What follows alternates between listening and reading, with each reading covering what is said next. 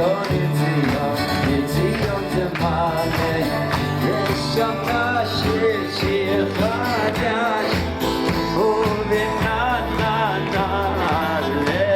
next speaker, our final speaker for the day, and again, thank you very much for Yiboneh for putting this together, for bringing us on this one stage.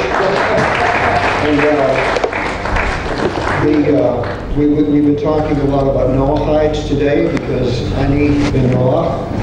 And I happen to know Tovia. I've known him for a long time. I actually produced 2 videos for him, 2 of his debates. And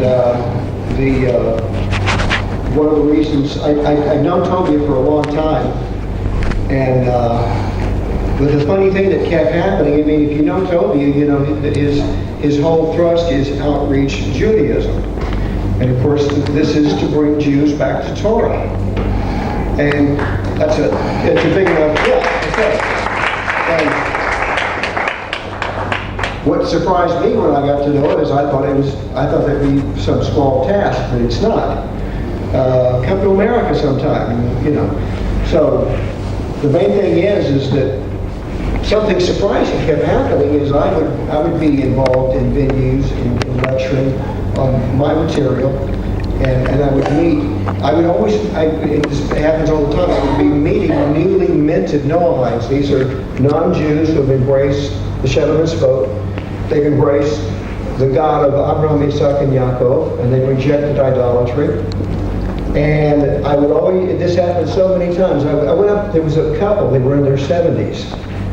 And that's not old because I'm 70 this year. But anyway, it was a couple of years ago. And they had come to one of the talks, and we were talking, and they said, "Are you Jim Long?" And I said, "Yeah." And they said, "Well, you're a Noahide, right?" And I said, "We're Noahides now." And then they're 70s. And I said, wow, well, you know, congratulations, and, you know, welcome into a brand new world. And I said, they said, "We'll tell you how new we are. We haven't told our pastor yet." Woo! So they really hadn't dropped it on their ministry yet. But the thing, what I'm getting at is, not to eat into Tovia's time, is I said, "So what? We don't have a lot of time this evening. You have to go. But what started you in your journey?" They said, "Tovia Singer." And you know, if you watched any of Tovia's you know, YouTube videos and things like that, he does not on purpose reach out to non-Jews. But what happened with these people that I met that night, and many others that I met who had been you know, had not embraced the Shem HaMitzvot, had not become Noahides, is that they heard of this Tovia guy, and he's doing debates. And they said, to a man and woman, they said to me, "We went to his website because we were going to listen to his stuff, and we were going to get our Bible, and we were going to prove him wrong." Well, it didn't happen. He proved them wrong, and suddenly they're embracing Torah. So this is the gentleman that I know that is doing this amazing work in outreach Judaism, which it ought to be / you know, Noahidism or something. And I've been a friend of his for a long time, and I know that he's a genuinely entertaining, you know, talker. You know that anyway, so let's bring you up, Rabbi Tovia Singer. Thank you. Thank you. Thank you. Thank you. Thank you. Thank you.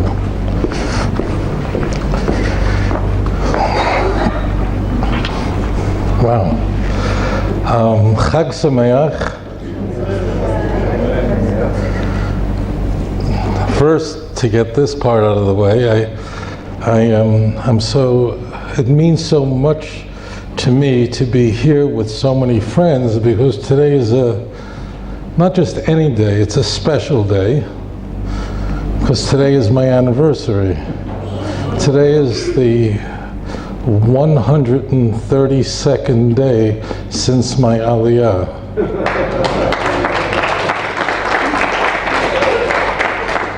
And tomorrow is going to be another anniversary, the 133rd day of my Aliyah.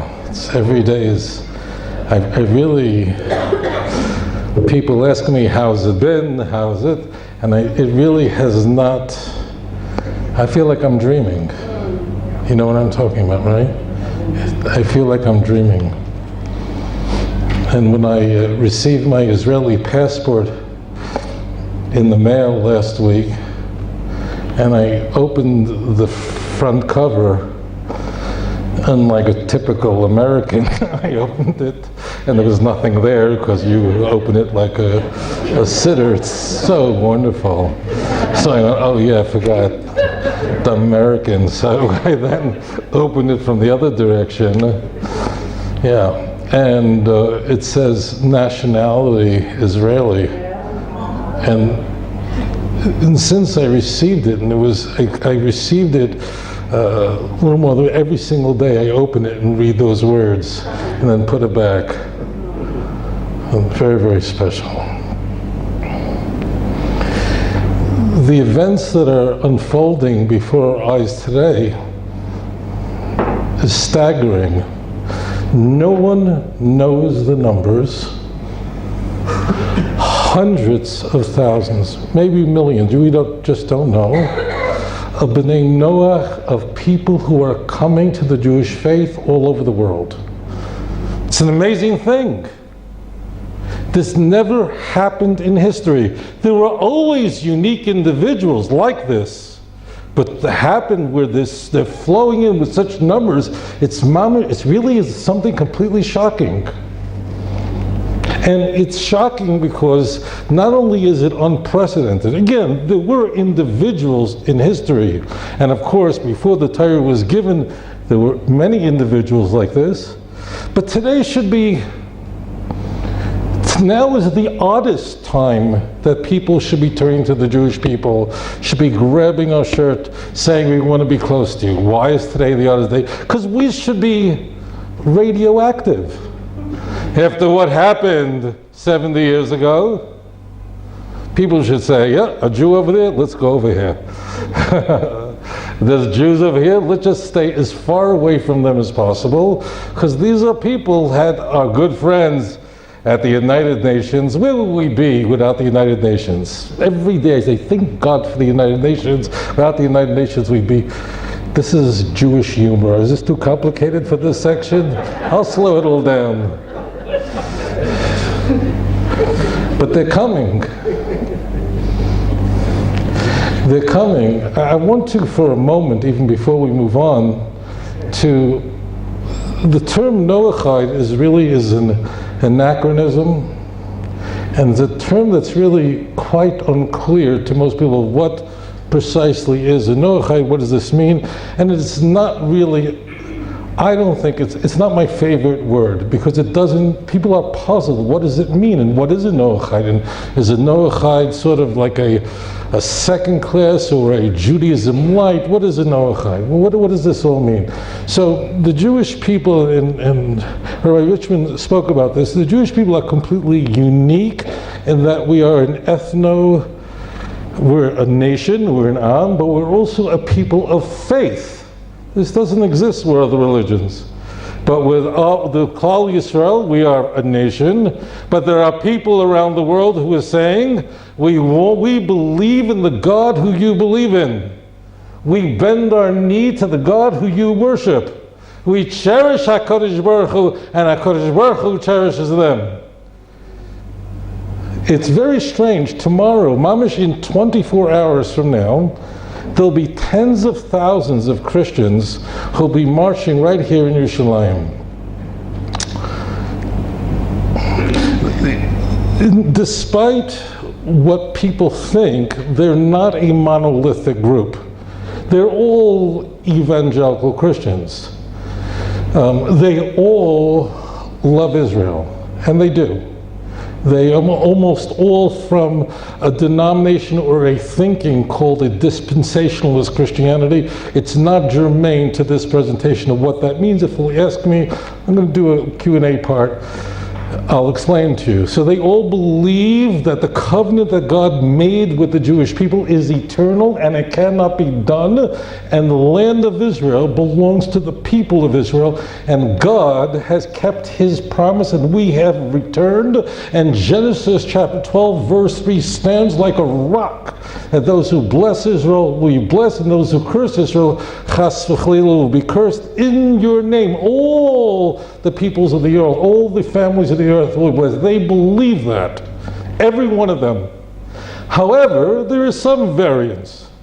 They're all very into Jewish things. Today, if you want to be a big hit in a, I know he said in your church, in a church, so the more Jewish things you do, the more interesting it is. Oh, give a look. There are pastors coming out in their congregation wearing a talis and tefillin, they're wearing a shtreimel, a begached. The more Jewish, that part I made up. The more Jewish it is, the better. If he could come out with 14 yarmulkes on his head and like this, coming out like this, with shofars blowing, this is the best thing in the world. His membership will shoot up completely. So they're all that. People are drawn to anything Jewish. But then among them, there is some variance. There are people that are coming to buy. What I mean is, there are many of those thousands of Christians that are coming here because they want to soak it in, because they want to proclaim that our hearts are with you, that we support Israel. They're here to enjoy Yerushalayim, no question. Some of them came for that, but they also came to sell. Meaning, they came here to bring to not only the Great Commission of Matthew 28 verse 19, to go into all nations, but go to one unique nation, Matthew chapter 10. Go not into the way of the Gentiles in the city of Samaritans, enter not. Go only to the lost sheep of the house of Israel, Romans chapter 1. Many of you went to yeshiva, you know this. Is this too to the Jew first and then to the Greek?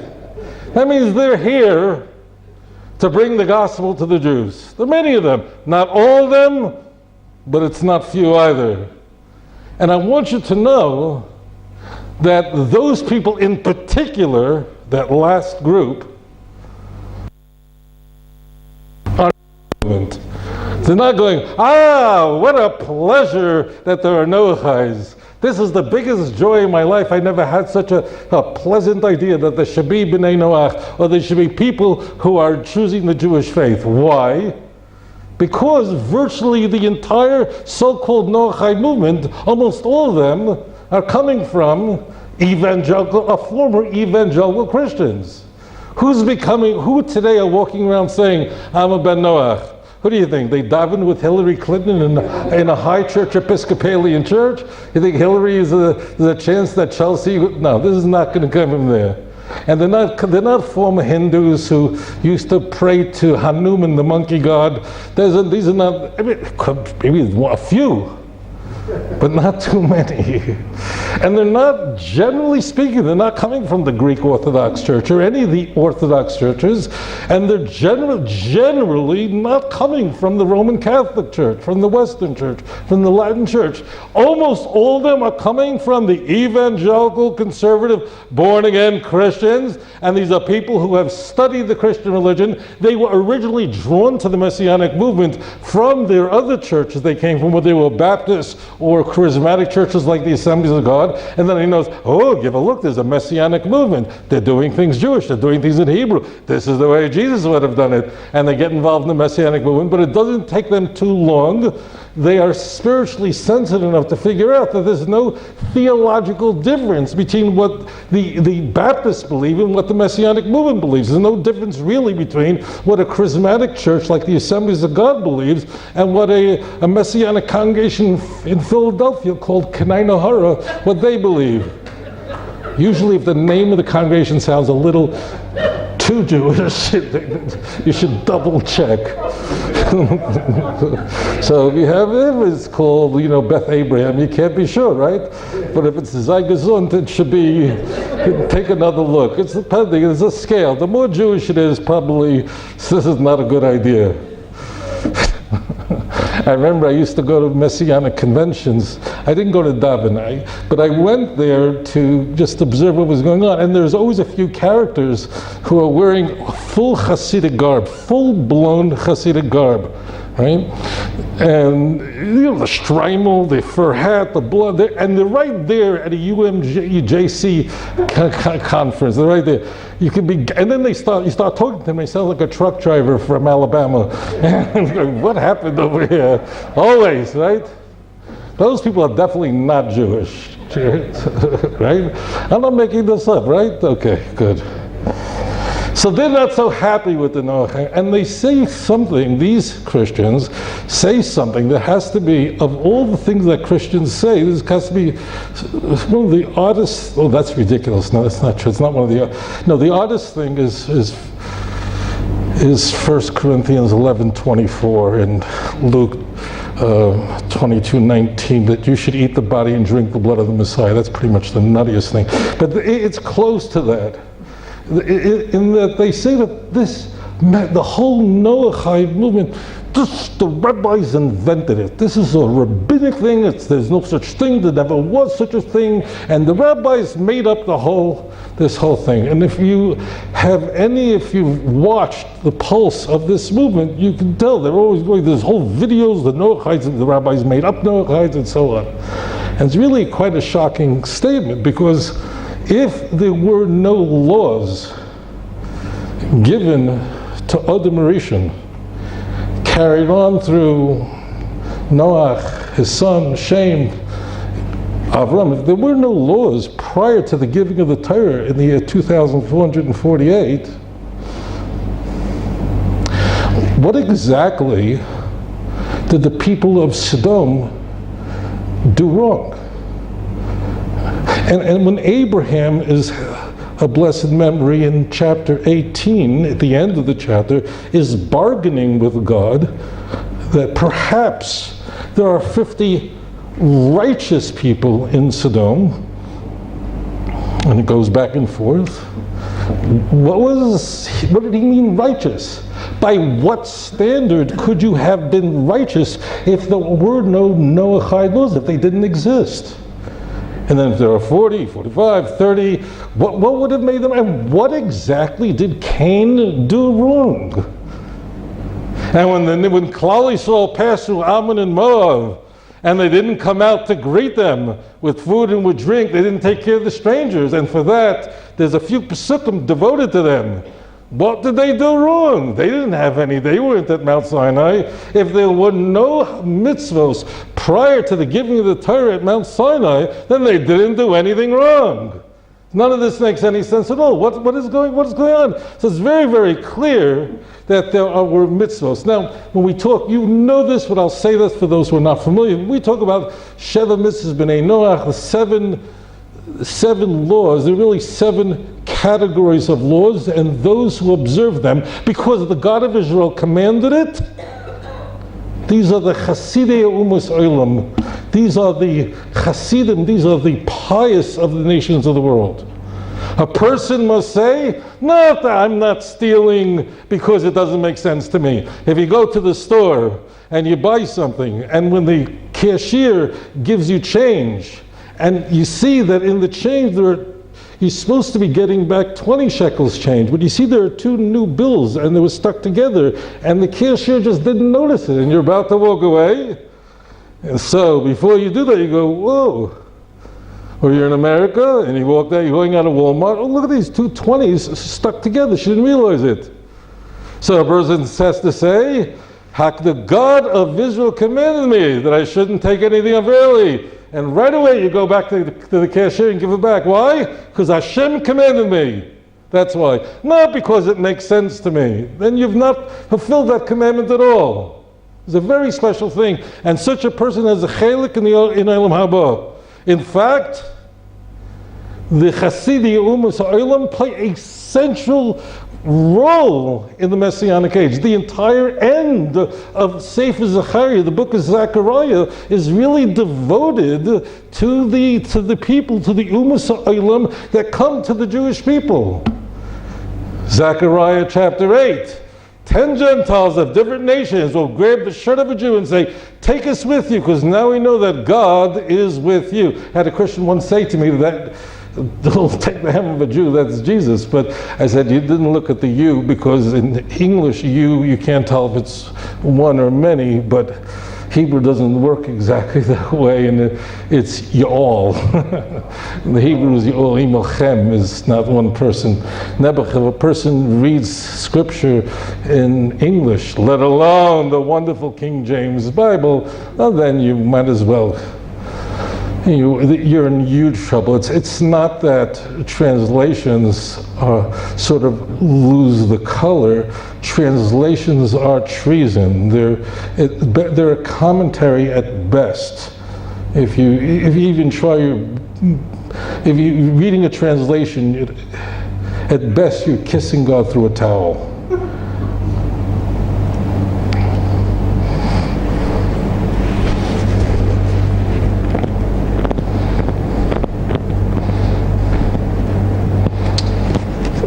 People wonder, I know this is on the minds of so many dear people who've come to the God of Abraham, Isaac, and Jacob. They're perplexed by the status of B'nai Noah. And to them, I know they're thinking, this has to be kind of a Judaism light. This has to be something. What's so special about it? Why is it so important? You know, the end of Zechariah, the Haftarah, the Haftarah of the opening of Sukkot, the last chapter of Zechariah, it's all devoted to the nations of the world. The whole world will know. Zechariah 14, verse 9, the closing passage of the Elenu, it says, V'nemar, that's a quote directly from Sefer Zechariah. The whole end of Zechariah is about the nations of the world. In fact, not only in Zechariah, but throughout the Nevi'im, it's about all the nations will flow at Yerushalayim. Ki mitzion teitzitor u'devar Hashem Yerushalayim. The nations are going to come here. And as you heard before, the role of the Mashiach is to give rebuke, to give hoichacha, to be the teacher to the world. That's it.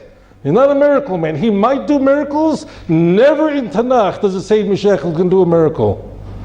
This was very bothersome to the church, because in the Christian Bible, Jesus is doing miracles everywhere. There's miracle here, miracle there. He's doing miracles, pick a card, which card, I don't know. It's doing miracles. But the truth is, there's nothing remotely right. There's nowhere in Tanakh that you see such a thing. In Tanakh, it's that he will rebuke the nations. He'll be a teacher. He won't judge people after the sight of his eyes, but of the Spirit that's been placed upon him, Isaiah chapter 11. So literally, in the Christian Bible, Luke in particular, I'm thinking of Luke chapter 4, verse 16, 17, and 18. We have Jesus, we are told, goes into a shul, a synagogue, on the Shabbat, and he reads from the Haftarah, and he's reading from Isaiah chapter 61, where Isaiah is talking in the first person, but he talks about that I'm here to bring the good news, Besoris Tavis, and so on and so forth, and to give freedom, and so on. And it says there to give sight to the blind. If you're reading Luke chapter 4, verse 16 through 18, it says to provide sight to the blind. If you go back to Isaiah 61, it's mamash not there.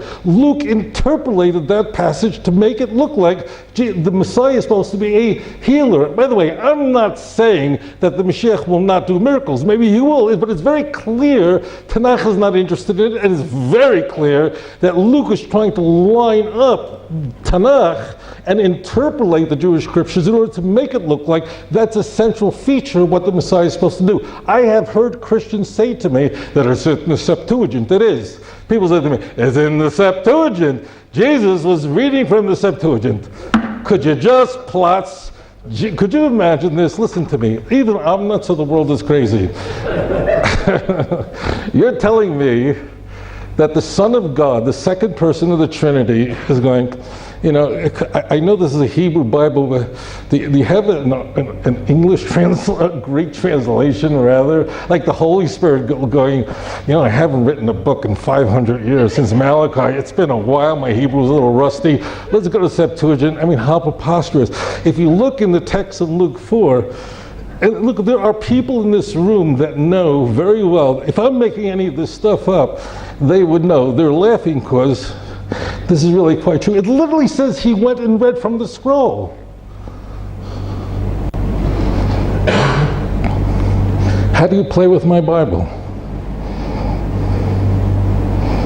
How do you change the Word of God? And if you're going to alter the Jewish scriptures, you think I'm going to get baptized and destroy my relationship with my people, more importantly, my God? So, kinderlach, children who are born from above, not from below. I want to ask a question. Why is it that those who become, I'm going to use B'nai Noach, are so core important to the world, to HaKadosh Baruch Hu's plan for mankind? I mean, it could be argued very easily that the role of the Jew is to be an Or Lagoyim, Isaiah 42 verse 6, 49 verse 6. That's our job. And if we're supposed to be an Or, to who? To the non-Jews. That's our whole purpose. It could be argued that Jews are here to facilitate that the non-Jews would come to know the God of Israel. That's what we're here for. We're here to facilitate the Noachide movement. In fact, before the Ten Commandments are given, immediately before, we are told that the Jewish people are an Am Segula, a chosen people. For what reason? To be the Kohen, to be a priest of the world. If we are the Kohanim of the world, who are our congregants? The nations of the world. It is so simple. Ki li kol haaretz. We only find that term twice in all of Tanakh. The world belongs to me, and your job is to be Kohanim to the world. So I want to ask you a question, kinderlach. Children, listen up. So why is it so special to be a Noahide? It seems to be that Noahide is, at first glance, is Judaism 1.0, and converting to Jew or being born a Jew, that's Judaism 2.0. How is it shaykh that because we're not interested in Tovi's opinion, we're interested, what does God think about all this? How is it possible, how is it shaykh that this is so important to HaKadosh Baruch Hu, that all the kings, all the nations are going to come to Yerushalayim? And that's the big thing. Just listen up, listen.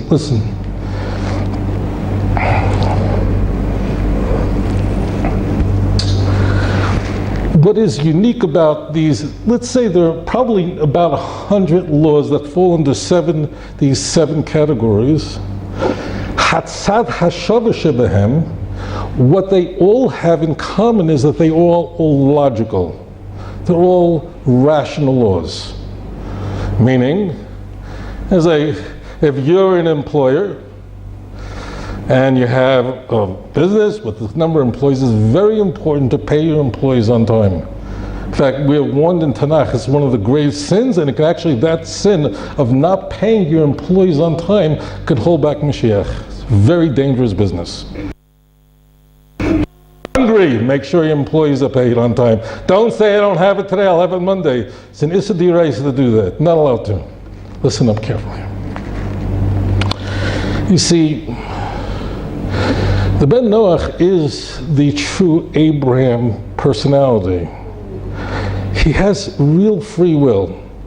He could simply say, look, the reason I want to pay my employees on time, the reason I don't steal, the reason I don't sleep with another man's wife, the reason I do that because I think it just makes sense to me. It's rational to me. These people are not the Hasidim U'Musaylim.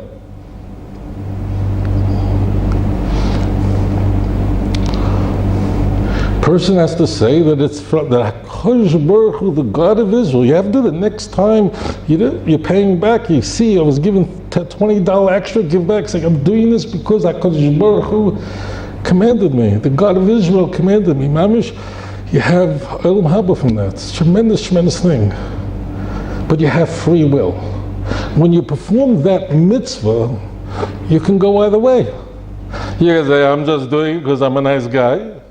I'm just doing because I just don't think it's right to be looking at somebody else's wife. Or you could be doing it because HaKadosh Baruch Hu commanded it, not because it makes sense to me. There's a very big thing. The Jew, conversely, we don't have that free will. Why? Because we pick up a lulav and esrog, When we're Mekadesh HaShabbos, when we sanctify the Shabbos, when we put on a pair of tzitzis, which means when a Jewish man puts on arba kanfas, puts on a clothing with four corners, he's then mechuyev to wear tzitzis on them. It's a mitzvah d'oraisa, it's a mitzvah from the Torah. Does he have choice to say, I am just putting on film because it feels right to me? They'll be silly. I just like shaking around pretty fruits around. Can't do that. A Jew has a gun to his head, meaning rationally there's no way out. He has no bechira in it. He can't be Mekadesh Shabbos except because HaKadosh Baruch Hu commanded him. There is no other. There is no other possibility.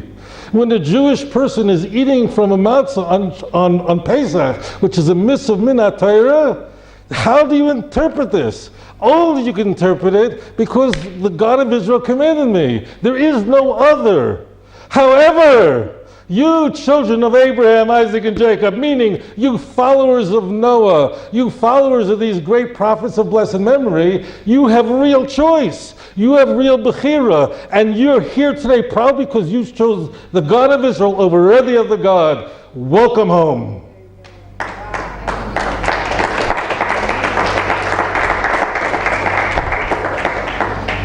It's very beautiful. Listen up.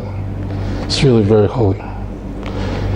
In the same chapter that's so critical that we read in the Haftarah, in the opening Haftarah of Sukkot, it's one of two places in Tanakh where we have an explicit reference to Milchemes Gog and Magog,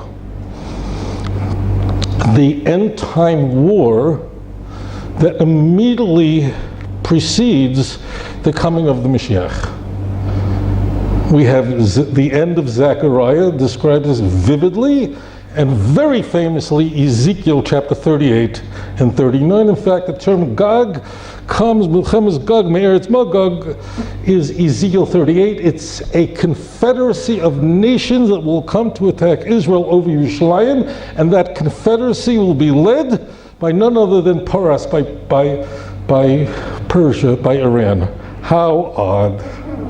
This really is quite odd because, going back to that whole period, 2,500 years ago, so Yechezkel lived, of course, in the Babylonian Empire, and then it collapsed suddenly, and the Persian Empire rises, and Cyrus says, go back and build the Beis HaMikdash, go back and build the temple. This is how Chronicles end. This is how Ezra began. You don't have to tell you, there's Isaiah 44 and 45. It would have been the oddest time to say that.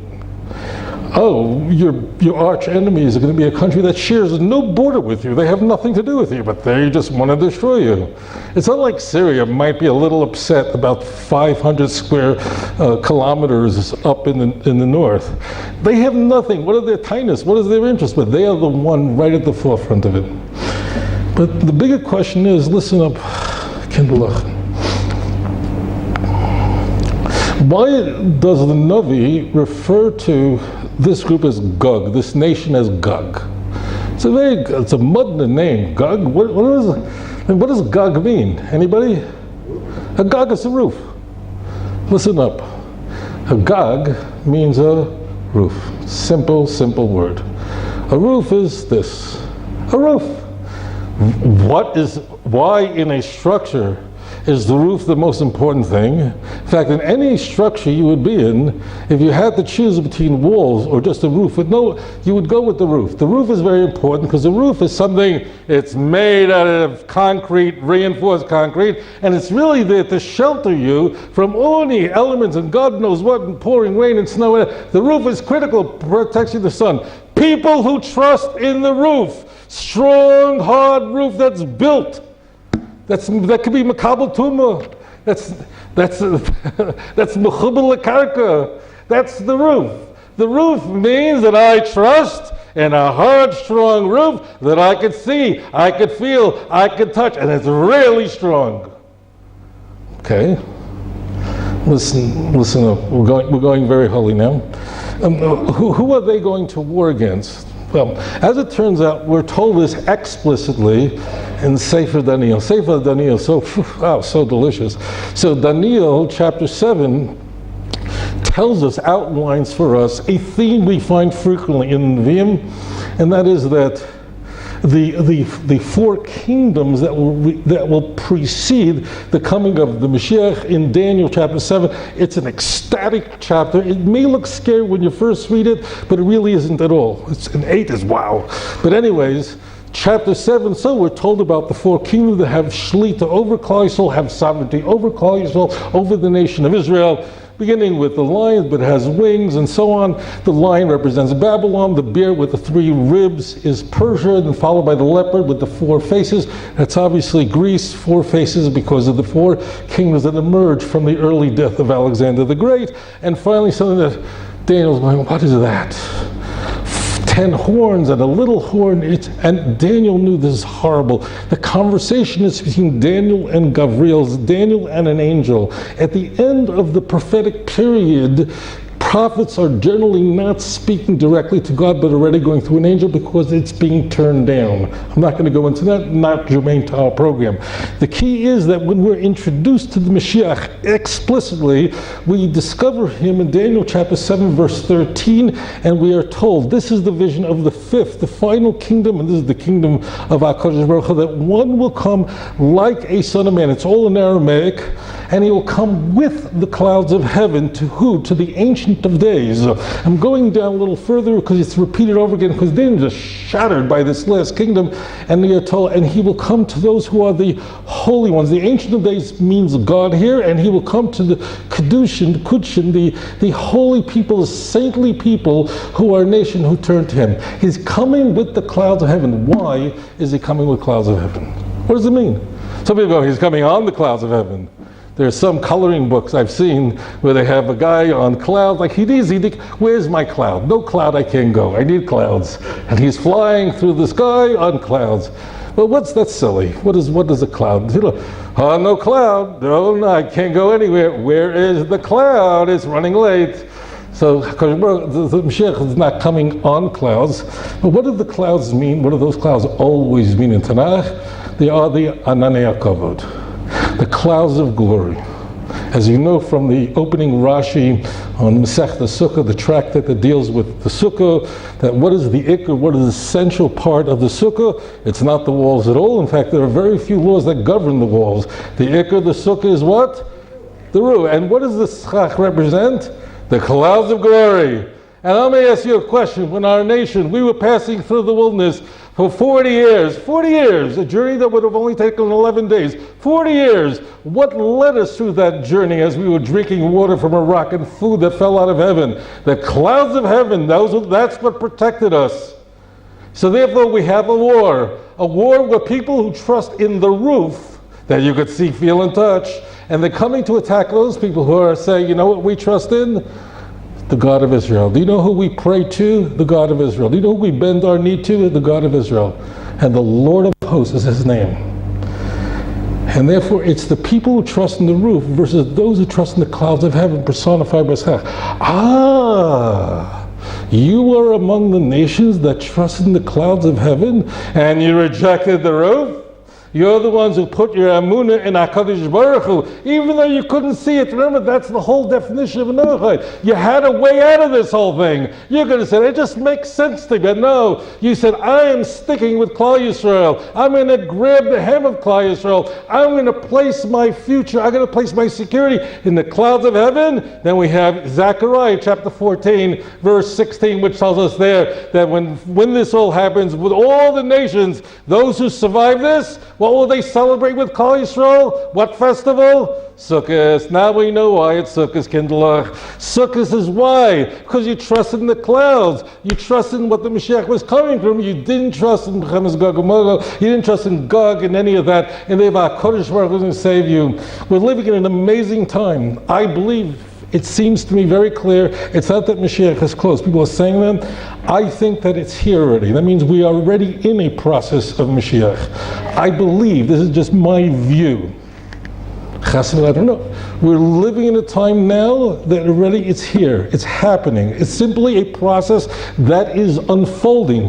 Why is it taking so long? Why is it Yiddish eisgeschleppt? As it turns out that every time that the nation of Israel is redeemed, it never happens in a second. It always happens over a stretch of time. Why?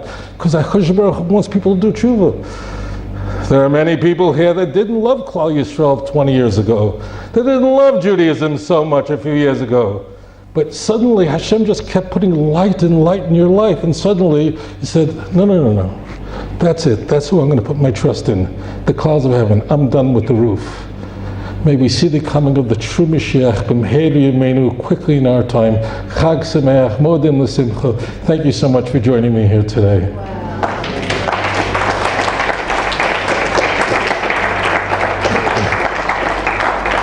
And we'll do right now is, for many people, it's the fun part, is we're going to go to your questions. I wanted to leave time for a lot of questions. So if you have any questions, you have a question there. Yes? How do you balance the return, or not the return, but the tshuva of the Gentiles in hundreds of thousands against the rising anti-Semitism? Right. I want to repeat that because it's such an interesting question. How do you balance what seems to be happening now is that there is unquestionably, from no matter how you measure this, it is axiomatic that there's a massive amount of tshuva among the nations of the world, something that really has never been seen. There was a movement like this actually in the first century, a little bit of a movement like this, and that led to a lot of conversion to Judaism. There was in the time of Ezra, but nothing on the scale. But the point is, how do you deal with that? How do you sort out the fact that there is an unquestionably, equally obvious rising anti-Semitism in the world, to the point that it's becoming in vogue again, and it's not even 100 years. You think as they give us like a break, like, okay, you have 25 more years, you think we would have that, right? So, and here's a lot what you don't have. If I may, with your permission, I want to add to this to heighten your question and italicize your question. Here's what you really don't find. Okay, so if I would stand on the streets of London, Antwerp, Amsterdam, Jakarta, and I'd ask people, what do you think about the Chinese people? What am I likely to hear? Tel Aviv, Cairo, Beirut, world. What will you likely hear? The response will probably go something like this.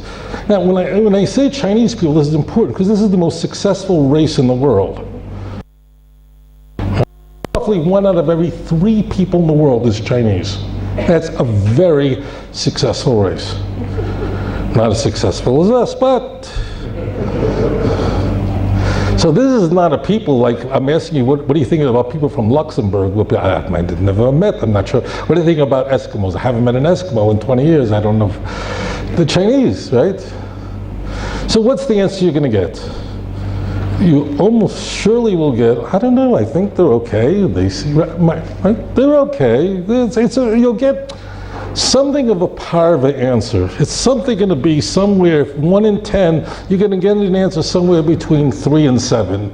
They're pretty good. I see they work really hard. The guy from China, the president, is a little odd, but, whatever, but they're good. They could cook. It's unbelievable. And they're good people. They work very hard. It's just a very parva answer you're going to get. Probably positive. Probably something positive, but it's going to be... Try asking people to have a truth meter. In all these cities, what do you think of Jews? So if there's a truth meter, they can't lie, because so if they're telling what, there are no social consequences for it. So it's either I love them or I hate them. There's very little of, okay, I don't know, I really never thought about it before.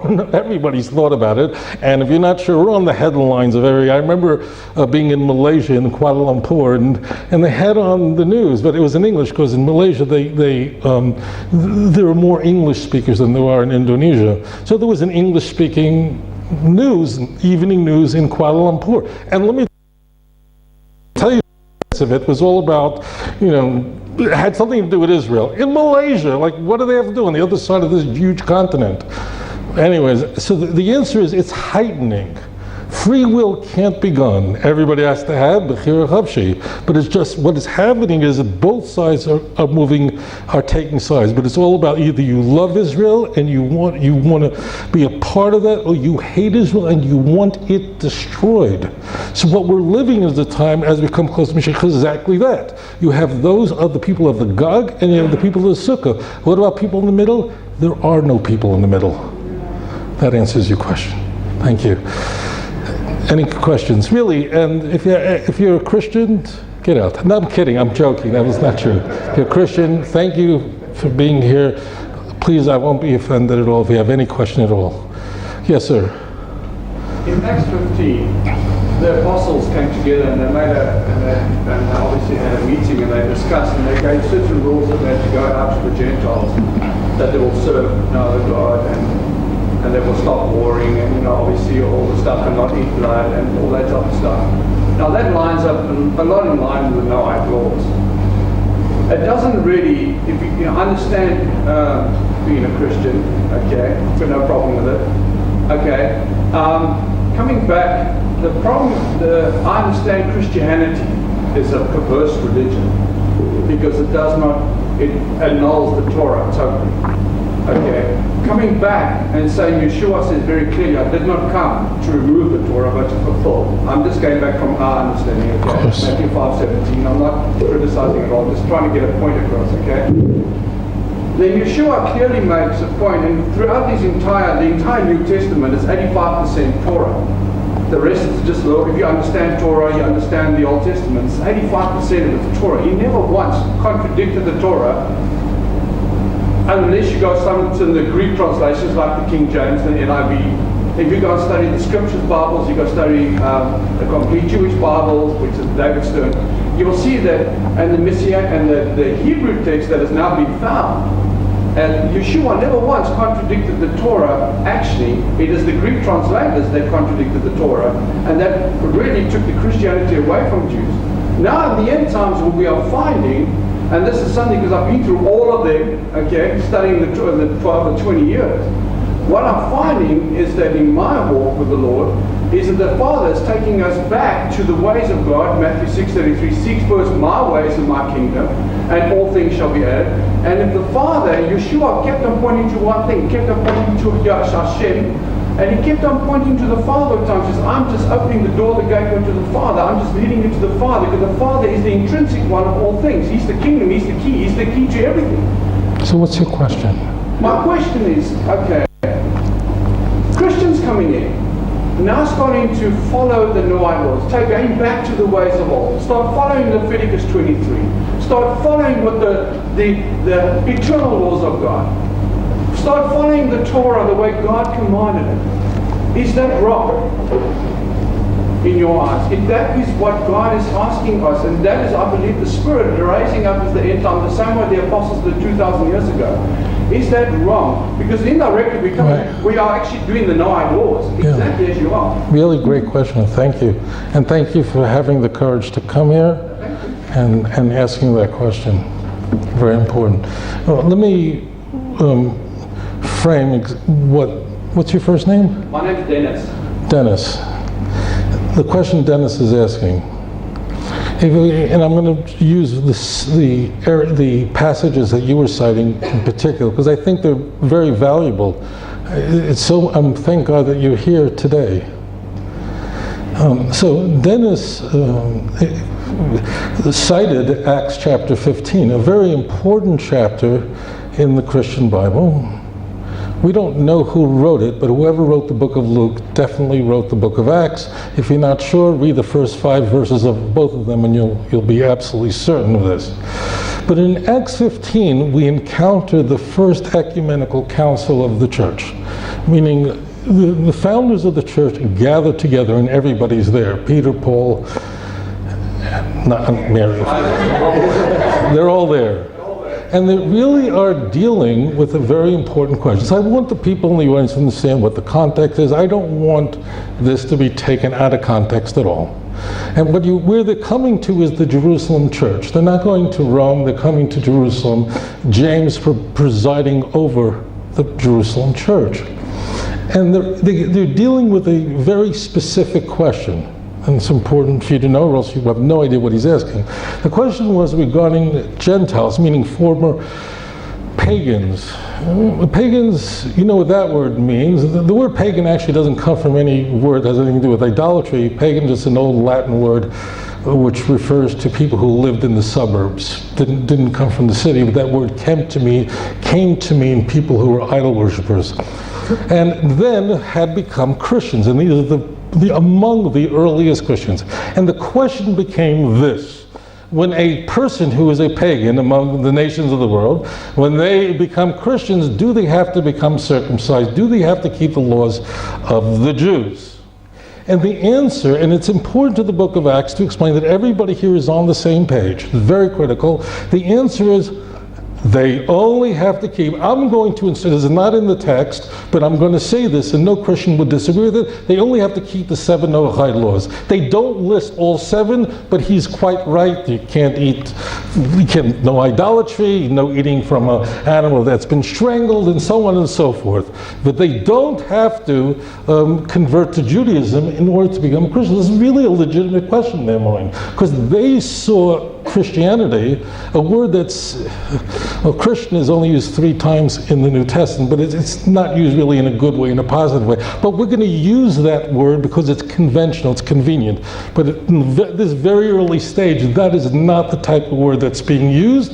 But let's use it now just so it's very clear what we're saying. So the thinking was that in order to become a Christian, in order to be a follower of Jesus, of course, you have to convert to Judaism. And of course, it is resolved that in fact you have to keep these basic laws that are logical. You can't eat any kind of meat, nothing for idolatry, nothing strangled animals, none of this stuff. Can't do any of that. That stuff is over. This is a very big deal. Why? Because there were state ceremonies where sacrifices were offered to the gods of the Greco-Roman world. And you have engage in eating from any of those sacrifices. You can't be involved in that.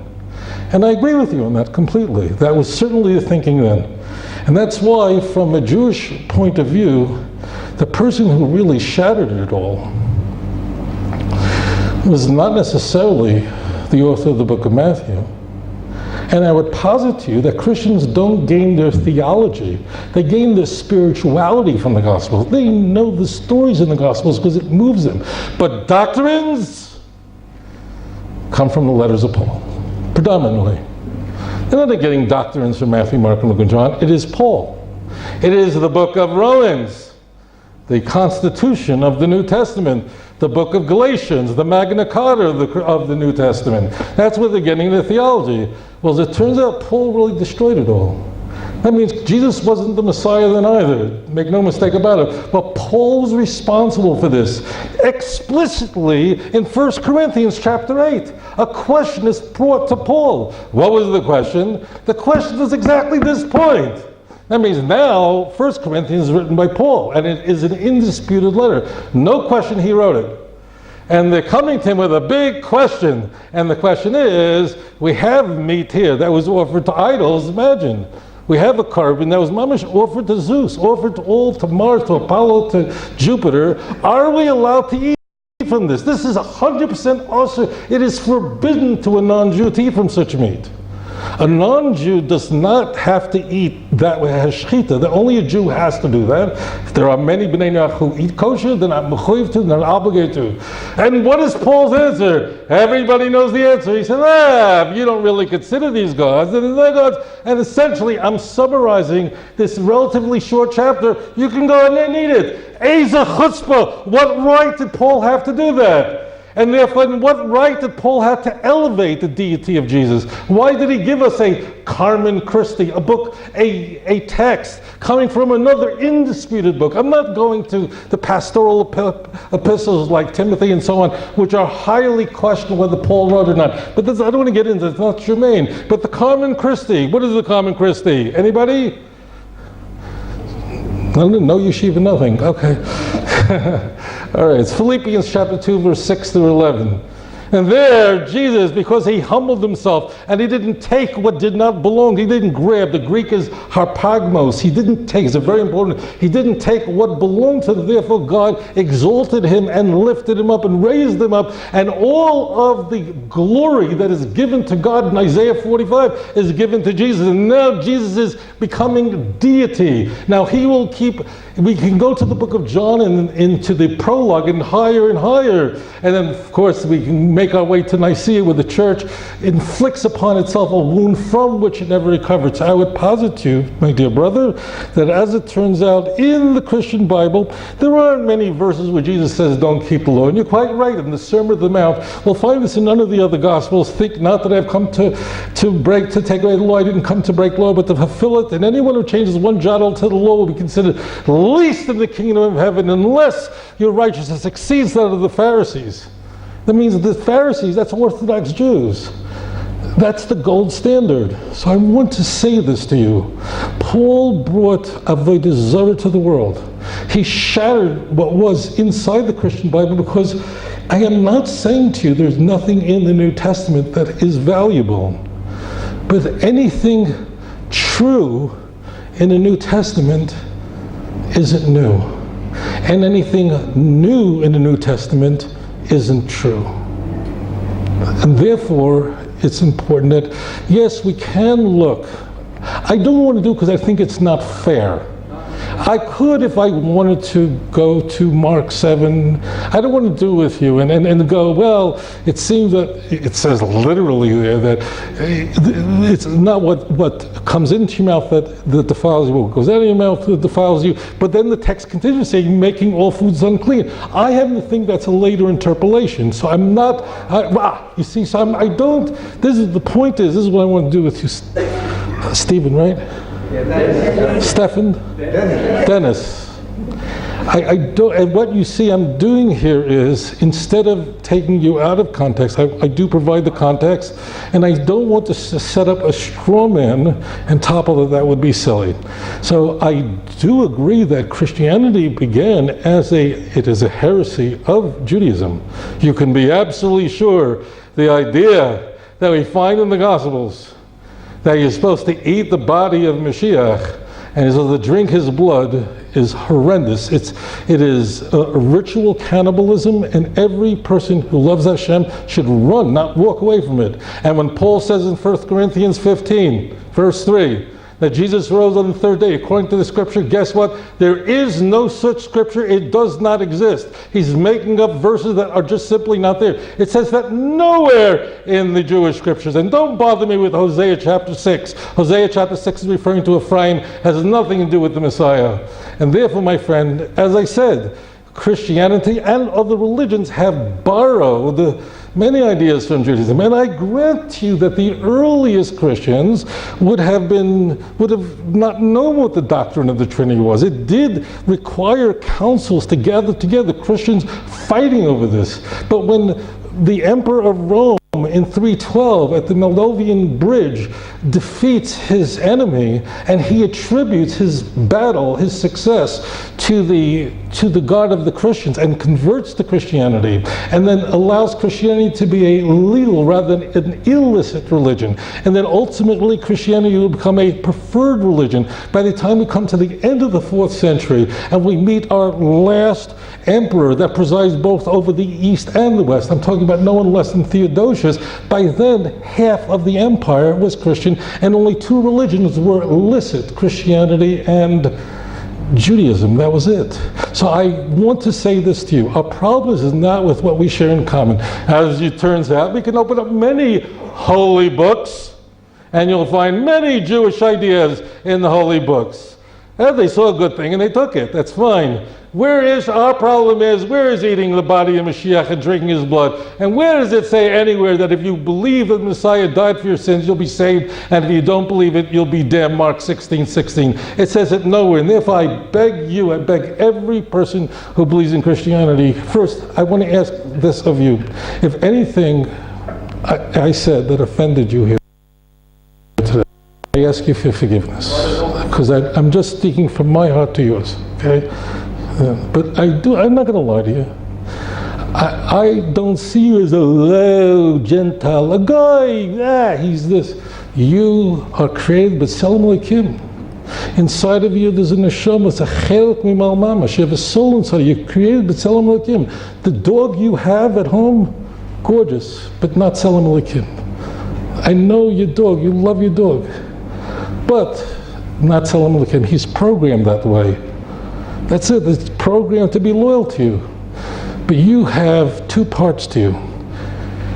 This, your mind, which is your neshama, that's really, and the rest of this, and there's the tension. And we're only saying, choose HaKadosh Baruch Hu. There is a animal that genetically is very close to a human. It's so close to a human being that we can actually borrow its organs, cross-transplant into humans. Talking about a pig. A pig is a very important animal in Jewish thought because it's mafreses parsa, it has split hooves but doesn't chew its cud. Outwardly, look at me, there's Jewish things about me, give a look. And if you ever see a pig, you see it all the time here, if you ever see a pig, its split hooves are really very pronounced. On a deer, you got to look a little closer. If you're in Ein Gedi, you have to look a little bit closer, you'll see the split of the pig, give a look. There's nice kosher things in me, but then you go inside. Don't go to Matthew 5:17. Go into Galatians. Go into where Paul says the most odious things about circumcision. Go inside and you see that it's not Maliger. And that's why Hashem made the pig. It's a very intelligent animal, genetically close, but don't forget it's a pig. It's not kosher, even though it has things in it that are so close to humans that ophthalmologists who practice surgery on the eye do it on a pig. Why? In Saudi Arabia won't allow it to happen because they don't allow pigs in the country. I'm not making this up. And that's why Hashem made the pig, that even though the pig is genetically close to the human, it's the chazir, which means the chazar, it's going to return it all to the Mashiach. But Hashem made a pig in a very special way. How did he make him? The anatomy of the pig is Hashem made it that a pig cannot look at the sky, cannot look up, only look down at the ground. You never in your whole life saw a pig that ever looked up. It can't look up. HaKadosh Baruch Hu will not let the pig look up, because the pig is walking around saying, I'm kosher, look at me. But I really want you to know that this is a pig, and it cannot look at heaven. And although there are features in the pig that closely mimic what a human being is, it's not a human being. And it's not Maligera. And all its role is, the purpose of Christianity is to chazar, to return him back to Mashiach. And let us hope that we see the true Mashiach quickly in our time. I want to offer you an opportunity, if you'd like. I'm just meeting you because it's a very big topic. First of all, again, thank you so much for being willing to ask the question. And if you would consider, I don't know how long you're staying, I would love to sit and study with you, Tyra, if you'd like. Okay? We'll talk afterwards. Thank you for your question. Any other questions here? Yes, sir. I wanted to ask about your position of a lot of the people here, that the questions that are coming up in the discussions for the power of the Noahide, specifically speaking from, and people would say, just if you just, it's a little trouble hearing you. If you a little louder and a little slower, I apologize. I just a lot of the questions and a lot of what is geared is to the followers of the Noahide process, the Noahide movement. But my question was more towards the to what people would call Nomaila Mata, from the people that they're going to, the address, not the people that are following, but the address that they're going to. And it seems that there are two sort of like energies that exist that the person who they're going to is faced with, and that is that a lot of what a lot of the people that you encounter, they're like, oh, it's Sukkot, oh, it's Yom Kippur, oh, it's like, you know, Judaism is good and everything is good, and we want to have a role to play as Noahides. We want to have a role to play as Noahides, but immediately when they're coming close, automatically starts the red light, which says, hey, they can't, the concept of Chilul Shtat, that they can't add mitzvahs that they're not commanded to. they're crossing over bureaucratic lines. There are things that are only commanded to Jewish people to do. For example, Shabbos, most importantly, or Torah. There are certain things that was given as a parcel to the Jewish people. So this is like there's this opposing energies where they're like coming close, but at the same time they're kind of like saying like there's like the space where you are at, and just stay one step. I want everyone to understand you. Go ahead, continue. So my question is the question is how do you, in general, I guess it's more of a hashkafa question, how do you balance the people that are coming close, but at the same time Allah is trying to put them in a specific place that is specifically for them and is not for the Am HaNivchar, for the Jewish people. It's not the same. There's some sort of boundaries. So where is that, like those forces of coming Ratzah and Shuv? I understand. Allah point of view. What's your first name? Elisha. That's not my first name. So I'm going to completely rephrase your question.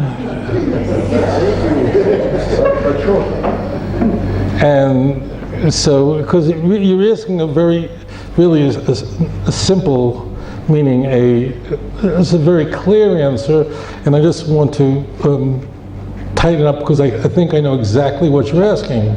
As it turns out, there are many halachas, many laws regarding those who are B'nai Noach, meaning followers. They believe in the God of Abraham, Isaac, and Jacob. But you could see that sometimes that they're making a lot of mistakes. There are very frequently, there are ideas that are conveyed within these people who are learning about the God of Abraham, Isaac, and Jacob. In the process, they're washing themselves. The Navi Yeshaya used that language because if you go into a room where everybody is smoking, right, and then you're not smoking, even once you leave the room, everything is full of smoke. So you have to get rid of the smoke, and that often, for the Christian, takes time to do that. But the point is, they're saying things or doing things that really are not the best way or not the proper way. And how do you deal with that? What's the deal with that? That's sort of simplifying your question, because there are things that sometimes are being conveyed among many people who are now come to the God of Abraham, Isaac, and Jacob that aren't the proper way, without getting into the details, whether they're keeping something they shouldn't be keeping. I'm just saying, just generally speaking. Okay? Is that fair? Good. Okay. Well, there's a very interesting thing he's asking. I think about this all the time. So, as it turns out, when Zechariah prophesied in chapter 8, verse 23, that 10 Gentiles will grab the hem of a Jew and say, "Take us with you," because now we know that God is with you. Why was he saying that 2,500 years ago to a generation that was not going to see Mashiach? I'm not going to get complicated here. Mashiach could have come before the building of the second temple. It could have happened. There's a Gemara in Saita that goes into this in great depth. But because you have to look at the Marsha, it's in Saita, those who are writing this down, Lamed Vav Amud Aleph, so it's 36a, and see the Marsha. So it says because the Jews increased their sin at that time. What was their sin? They didn't come back to Eretz Yisrael. They stayed in Bavel. How many Jews came in the first Aliyah? 42,360. And because of that, it did not happen. So why is Zechariah at this point in chapter 8? You could be sure that Zechariah is not even thinking for a moment that Mashiach is coming now. Why? Because the opportunity is already gone, and he's really answering a question that was asked him in chapter 7 from Babylonian Jews, from Jews in Borough Park, sent a question to Zechariah, who was the Gadol Hador. He was the chief rabbi of the Klal Yisrael. He was the greatest giants of his time. He was only one of 3 Nevi'im that lived at the time. And the question was, do we have to keep fasting on Yom Kippur if, in fact, the temple now has been rebuilt? It was really startling. And he goes into a rant. What did I say? I'm sorry, on Tisha B'Av. Do we still have to continue to fast on Tisha B'Av? Because after all, this temple was rebuilt. It's a fascinating thing. But he finally gets to this. He then finally answers the question in chapter 8, 19, that all these days of of rejoicing. Question. Why do we have these types of prophecies? The prophecy that was mentioned earlier in Jeremiah chapter 16, verse 19 and 20. Surely the nations will come to you, will come to the Jewish people and say, surely we've inherited lies and vanity where there's no truth. How can a man make unto himself gods when they are not? Why are they talking this way? Mi hemen lishmua useinu Israel shel mi niglaso. That's the Goyim saying, who would have believed this report? Look, to the arm of the Lord has been revealed. The nations are turning to the Jews. Why do we have this type of prophecy necessary for a generation that did not see Mashiach? So I want to tell you something very important about Messianic prophecy. Messianic prophecy, of course, was there to tell people what will happen at some point in the future. But there's another layer to this, which often I believe is missed. The Messianic Age is a time of utopia, meaning it's a time where the world is in its ideal state. That's what we're all shooting for. Meaning, Messianic prophecy is not just a guidepost to the future, because that's how people think of it. Oh, this is what's going to happen in the future. May it happen soon. But I want you to know this, Kinderlich, that Messianic prophecy is telling you today, telling you 2,500 years ago, this is the way things should be. This is ideal.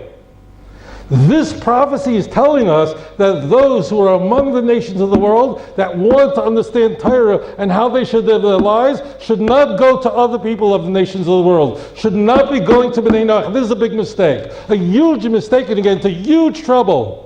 This is not, people look at Isaiah chapter 2, verse 1 through 4. The most ecstatic, numinous chapter, explosive chapter of the Messianic Age, that this mountain will be raised above all nations, and only a few words, 6 words about Mashiach, and he will rebuke many nations. That's all he does, is Haychacha. That's it. No blinding with the healing and all this, and Lazarus, all this is all sheker v'chazav. And what's going to happen? The nations of the cup, a big mistake. I say this, please don't be offended, but I know you didn't come here for me to sit here and read Shakespeare and make up all kinds of nonsense. I'm telling you the way it is. There, of course, are for all of us who are children of Hashem, there are certain pitfalls along the way. And the most dangerous thing for Bnei Noach is to be choosing their Rebbe as another Ben Noach. This creates tremendous kilkel. This creates a tremendous problem. So it's very, very important that those of you who are Bnei Noach, many of you will choose to join the Jewish people. Many of you will, but wherever it is, make sure you're learning from someone who's a Talmud Chacham, someone who's a real scholar, someone who's a religious Jew, not someone someone you know who I'm talking about. Make sure you're not having the head teacher. Now, it's true that sometimes a person is going to ask, who's a Ben Noach, is going to ask another person, Halloween, is it okay you should stay far away from Halloween. Stay away from that filth. Stay away from that. Should I go into church? Stay away. My cousin is having a bar mitzvah. I'm just kidding. Don't go in. It's not technically a violation of the 7 Noachide laws, but it's a horrible thing to do. No one should be walking to a church. The standard is that because a Jew is not chayav misa, is not worthy of the death penalty for entering church, not praying. And praying in church is death penalty. But the basic rule is that anything that a Jew would be worthy of the death penalty is forbidden to a non-Jew. Okay, be very careful. But it's still not a big thing that the person goes, I'm in church, I'm just not going to pray. Don't do it. Stay away from it. So here's what I wanted to say to you. That the key problem is, let's go to the sherish, let's go to the root. Let's not talk a whole long speech. What we want to do is, you want to be going to Talmidei Chachamim, people who are knowledgeable. You have Rabbi Posen here, Rabbi Aaron here, you have many Rabbanim right over here, Rabbi Emmanuel over here, a very dear friend. You have many Rabbanim here. Make sure you're learning with them. Of course, you're going to have people like Jim Long, a brilliant man who I love really very much, really very, very much. And there'll be like that. Of course, people ask quick questions of this, or where did this, or what did it, of course. But really, Jim Long became a a Talmud Chacham in the Bnei Noach movement, one of the leaders in it, because he studied from Jews, he studied from people who really Talmud Chacham, from scholars. That's how he went. He didn't go off to some other guy. He learned by the top people, and he became an amazing person. But if you want to see Bnei Noach go off the track and inculcate all kinds of silly things, all kinds of silly notions, it means that the normative source of information are other Bnei Noach. And there's a very, very big mistake. Okay? So thank you for your question. Are there any yes, Rabbi? Yes, so coming off this last point, I was once speaking at Nera Ella, and the rabbi there was training other young rabbis to go to America to take different positions, rabbi on college campus, etc. So the question was asked of me, and I'd like to ask this question to Rabbi Singer, is because of this problem, the Bnei Noach movement, they're sort of make them their own siddur, their own laws. So if someone's generally interested in becoming a Bnei Noach, what are the kosher resources in America and in here that they can follow the proper path? Yeah, so in a way, the answer to the question is what should people do? So there's a double-edged sword here. So the obvious answer is that people have access to information in a way that never before. You know what I'm going to say? You go on YouTube and there's amazing rabbis teaching there. The problem is there are people who call themselves rabbis who are very, very dangerous. They might be charismatic, but they don't know what they're talking about. So you have to make sure that you're studying from people who are really very knowledgeable, who are well known to be Talmidei Chachamim, who have that they're not just some little group following this guy, but it's someone who has really community sanction. Just be careful of that. So there is a lot of access to information. Now, of course, if you live in Yerushalayim, if you live in Hebron, as some of the people here are from, and so on, so then you have an endless source of information because you're among Talmidei Chachamim. But there are people who live in Ipis, Utah, or live in Wyoming, and where there's more moose than there are people. So in these places, you might get into trouble. So just be careful who you're learning from, because there are, in articles on the internet, there's more garbage than there is authentic. So make sure who you're studying from. Do you have an Asia Torah? So great site. I'm just going to list one right now. So if you go to aish.com, that's one, right? Rabbi Bozen gives another one, but aish.com is a fabulous site with a wealth of information. Another site would be and don't forget Yiboneh. Yiboneh is Yiboneh.com. Okay, so there you go. And of course, just speak to the people here. Anybody has that question, please do. Just make sure that, look, when you go to a doctor, right, what do? You go to any guy sitting with a chicken on his head and he's walking around and he's wearing a kangaroo suit? No, you make sure. If you're not Jewish, so it could be any doctor. If you're Jewish, he has to be the head of he's the top doctor. That's such a hard doctor to see. No one ever even saw him before. And he's not just the head, he's the head of all the doctors in the whole country. He's the top doctor. And he's the head of Mount Sinai or Mount Rushmore and whatever. But we're not interested in that. Whatever it is, make sure it's someone who's a well-known personality. Because there are a lot of people that say most outrageous things out there. So it cuts both ways. Just be careful, like you would if you're going to the doctor, chas v'chalila, and something's not right. You just make sure the man has proper credentials, he has a name, you know this doctor, he's good, and so on and so forth. Same thing, if your physical body, you'd be careful which doctor you went to, and make sure that he has it. You certainly would do it for your soul. You had a question? Something that you know that I forgot, but I can remember the reference. Jesus for Christians. Jesus himself said, go to your rabbi. What am I talking about? Well, it's not exactly that, but what we find in the Christian Bible is that if you want to know what the truth is, it is in the hands of the Pharisees and the scribes. And there is a distinction in the Gospels. There's a distinction to be made of what you think of Pharisees, Perushim, that's just Orthodox Jews. Okay? It's an anachronism, Orthodox Jews. But as far as knowledge of information, They are the ones who have it. The passage you're referring to is Matthew 23, 1 and 2 in particular. Matthew 23 explicitly says that the Pharisees, that's Orthodox Jews, scribes, there's no Sadducees mentioned there because they don't believe in the oral Torah, they don't believe in, so the Pharisees and scribes sit in Moses' seat. Whatever they tell you, you must follow. Do as they do, but do as they say, but don't do as they do, because they're hypocrites and vipers and awful things. I mean, it goes into a screed, a screaming screed that ends with Matthew 23 verse 39, where Jesus then turns to the Jews and says that you're returning, you're becoming Christians. That's not the word. I'm just saying that's what's meant there. I will not return unless you say, come, blessed are those who come in the name of the Lord. Many dispensationalists believe this, and in fact, non-dispensationalists also have belief throughout history that it is the conversion of the Jew, the conversion of the Jews alone that will trigger the second coming based on that passage. But we find that very frequently when Paul is asserting his credentials, because Paul in his letters is, at every turn, his interlocutors are fellow Christians, meaning, followably, I'm using the word Christian because it just works. Okay? The word Christian, I said, is very rarely found in the Christian Bible. So he is fighting with Christians. He is showing Peter to his face. In Galatians chapter 2.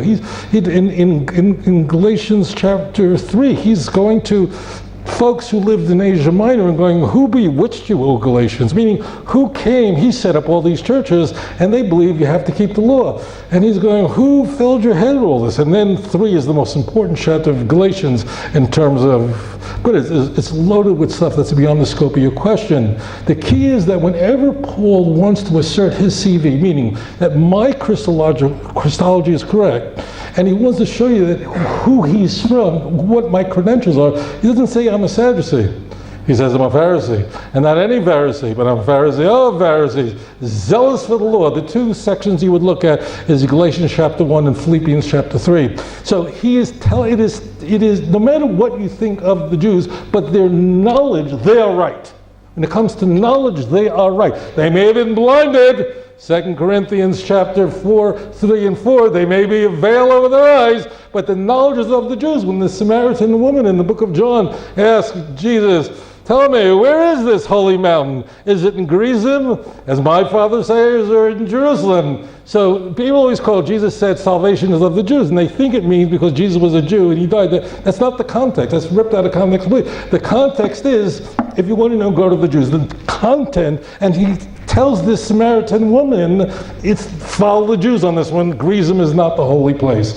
So you're absolutely correct. I have a chapter on this in volume 1 where I explain the history of the church and how it progressed, and we can actually delineate this and just walk through this. And we would have, in fact, in Matthew, a parable that Paul would never say, the sheep and the goats.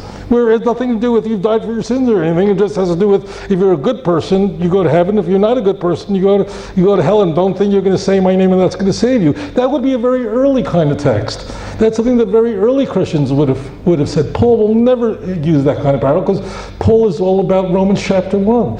It's all about the cross. It's all about that's the only salvation. So that is, it's important because this is going to offend the Christians here. But the New Testament is hostile to the Jews. So, and I'll say it so I don't offend the Christian, is hostile to Jewish leaders. So I'll say it's because I don't want Christians to be offended, but it really is. The church fathers weren't crazy, okay? When Luther read the New Testament, he drew the only logical conclusion about the Jews. And if I would only be exposed to the New Testament, I would hate me too. And if you don't believe that, just read John chapter 19 in context, and it would be hard to see it any other way. But the bottom line is, it is correct. As far as knowledge and information, it's the Orthodox Jews, and that's why Paul is asserting that he's a Pharisee of Pharisees. There is a claim made in the book of Acts that Paul would have never made, because when all of Paul's indisputed letters I mean, 7 of the 13 letters are written during the 50s. A possibility is 1 Thessalonians is written in 49. But let's just say all of Paul's letters, all of those 7 very important letters are written during the 50s. So that's at a much earlier stage. Paul is never going to make the claim that he's a student of Rabbi Gamliel, the greatest giant of the generation. But Acts is writing already in, let's say, 85. 85, everybody's dead already. You can claim anything you want to. So in Acts chapter 5, Paul's already a student of Gamliel and all this stuff there. But that's the point. Being an Orthodox Jew was the gold standard of knowledge, and according to Matthew chapter 5, it was a standard of righteousness, which if you can't exceed that, then you need. So there it is. So thank you for that question. Are there any questions? The gentleman over there, yes. And then you have a question after that. Just questions. Question is that I want to summarize quickly, if I understand correctly, reason of creation, Christianity, and the way that maybe. I confess to you that I'm really having a lot of trouble hearing. I don't know if others. Move forward. But if you could do this, because we're running out of time, if you could do this, you're fine right there. Just like keep it to like a kind of a question. I'll unwrap it. Question is I understand correct from your words and my thought, the reason of creation of Christianity and later Islam, it is after failure of original plan of mission of Jews to bring rest of humanity, these barbarian and idolatrous nations, closer to idea of Torah and to prepare them for coming of Mashiach. Okay, thank you. Thank you. I'll explain with this gentleman. What's your first name? Jonathan, it's a Jewish name. Jonathan is a very Jewish name, for sure. So the question is, does not Christianity, that means whatever is new, right? Is Christianity not a really good thing because it brings people closer to the Jewish faith? This idea that he's expressing is not new. Talking about new and true. Maimonides of blessed memory, he's really quite the giant, 12th century, was Nifter, passed away in 1104. He was here in Eretz Yisrael in 1165. Maimonides, in his most famous work, the 14-section work on Jewish law, in particular, we're talking about the laws of kings and their wars. The last 2 chapters were most interesting because that's where Christianity is discussed extensively, including the Messianic Age, and the role of Christianity. I'm just going to discuss Christianity right now for a moment. Isn't it odd that the world, after the destruction of the Second Temple, is filled with religions that are very similar or based on Judaism? Prior to Churban Bayesheni, prior to the destruction of the Second Temple in the year 70, the kind of religions that we would encounter were henotheistic religions from the East. Hinduism and Buddhism, Zoroastrianism was all over the place. And certainly the gods of the empire, the Roman Empire, again, henotheistic religions. Henotheistic is henotheistic, Greek, one God, but it's like one supreme God and a lot of the deities going down the chute. That's pretty much what you see outside of the monotheisms today. And in Christianity, Christianity is a henotheism, unless you're a Christadelphian or a J Witness and so on, then you'd actually be a monotheist. But setting that aside. So the question is, isn't Christianity then a good thing? That is not at all what Maimonides is saying, and Christianity has done enormous damage to the nations of the world, but it's a part of God's plan I need to explain. Maimonides explicitly says that it's idolatry, and he says explicitly, and so available in every language, that in fact there was no greater stumbling block than Christianity, and quotes a passage in Daniel to tell us how wonderful Jesus was. And this is often misunderstood because people teach this not correctly. Rather, what he says is the following: the world is now filled with religions that are Judaism based, meaning that to Christians, if you ask a Christian, tell me, if Jesus is not the Messiah, who has the truth today? If it turns out that Christianity is not a true religion, that the core teachings that are unique to Christianity, that religion is not true, then what is then the default? Then what is it default? Then who then today has the truth? I can rephrase that. 1 minute before Jesus was born, or technically 1 minute before the cross, who had the truth? The Jews, the religious Jews. Okay, if Christians don't like this. This is not the kind of thing that makes them smile. But if you ask the Christian, look, if you're wrong about this, they would have to say the religious Jews have the truth. If we're wrong about this Jesus thing. Now this is very important because we find in the scriptures and the prophets that when the Messiah comes, the nations immediately get it. What we find in the Hebrew Bible is that this doesn't take a lot of, all right, let me explain to you that there's a concept of one God and that there are commandments, and no, they immediately go, oh boy, we made a terrible mistake. Jeremiah 16 as an example. Find the same thing in Malachi, all over. They immediately make the mistake. They realize they made a mistake, and what unfolds is Isaiah chapter 60. Arise and shine, for your light has come. The sons of them that afflicted you will come bowing to you. Not that they're going to bow to us like we're kings, but rather they're going to return to the Jewish faith. The light is coming. And the question is, how might that happen? Therefore, the God, the Almighty, blessed be His holy name, fills the world with religions that are Judaism-based. That Judaism is the default, which means it falls to it. So therefore, when the Messiah comes, they will immediately understand their error and then turn to the God of Abraham, Isaac, and Jacob. What Maimonides is chas v'chalila never saying, and he is of all the Rishon most critical of Christianity and Jesus, what he is not saying is that Christianity is a good thing. It's simply that God is saying all the idolatry that existed prior to the destruction of the Second Temple, all that was very different than Judaism. But one thing is important, listen up. Although the nations of the world had to be, their minds now had to be filled with the basic idea that there's one God, a basic idea, one that's highly imperfect in Christianity and is much more perfected in Islam. But their minds are filled with these ideas. But there's one thing they can't have, and that's what? As it says in Exodus chapter 31, that Shabbos is Beini uvein b'nei Yisrael.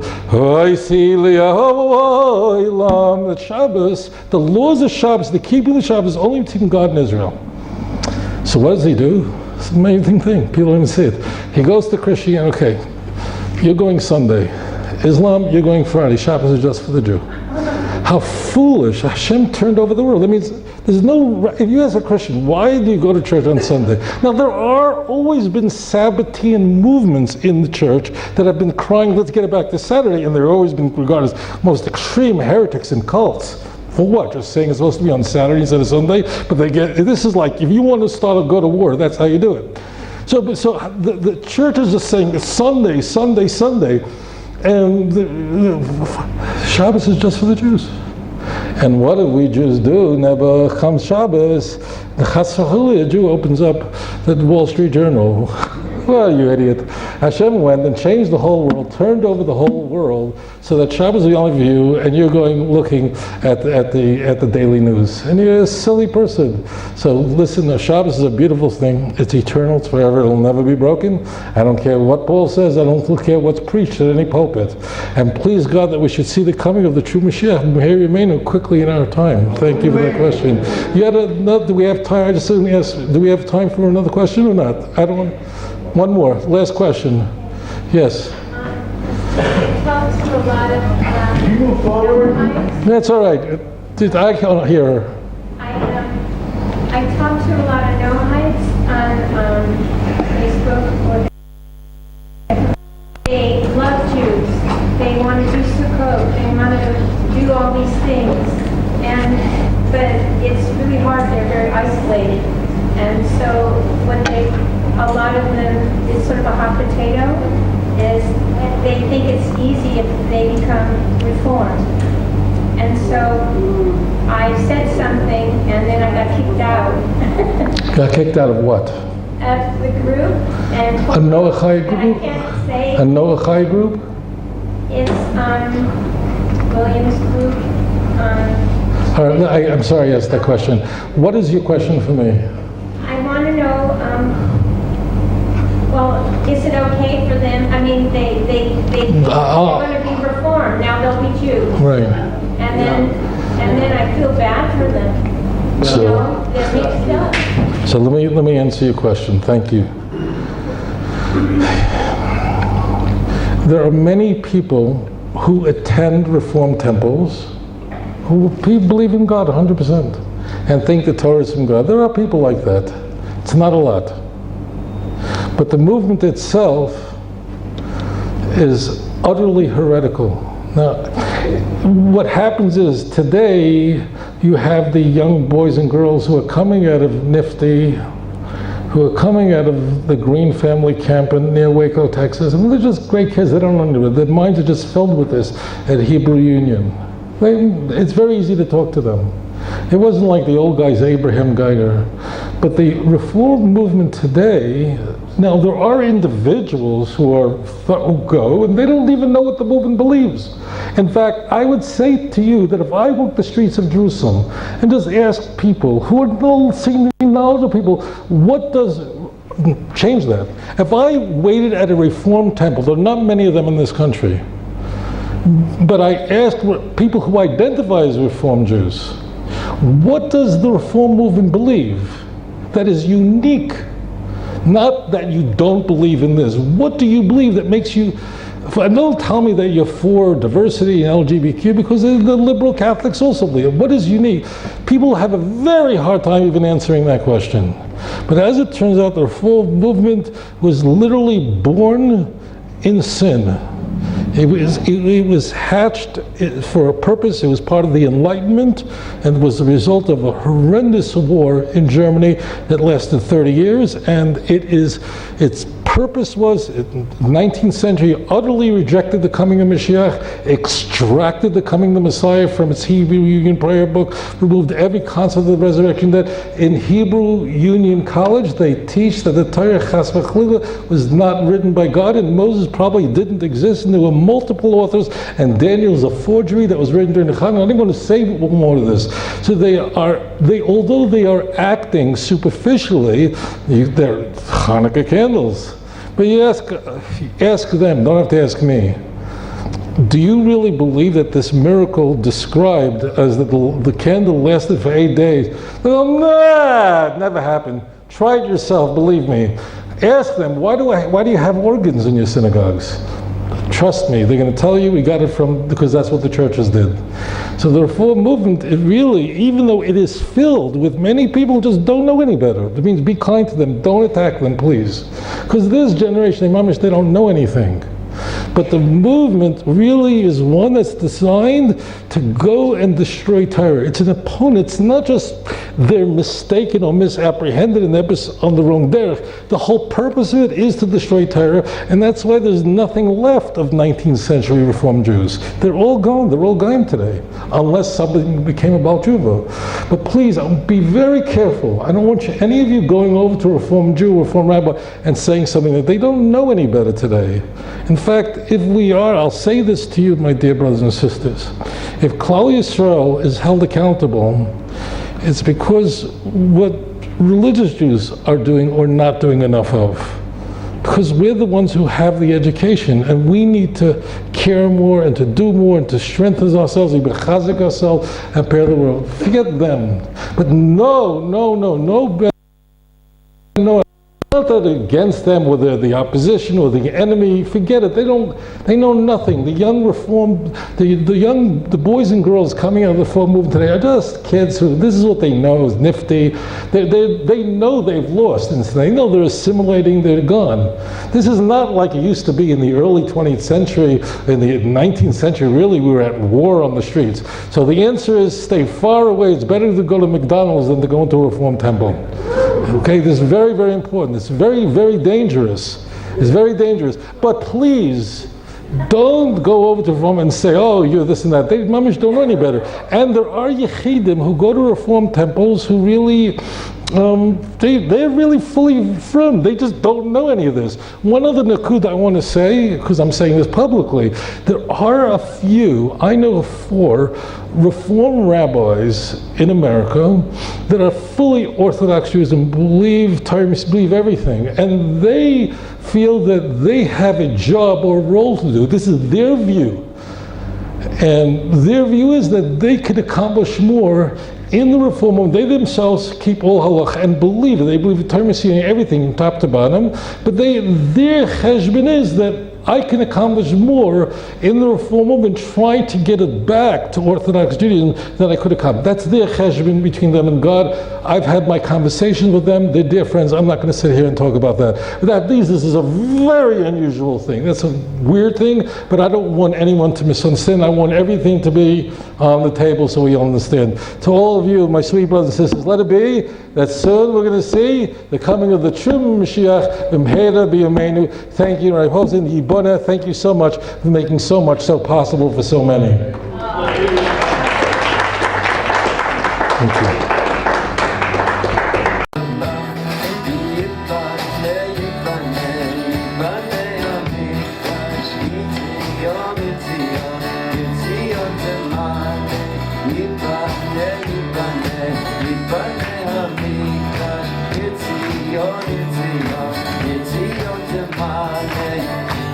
It's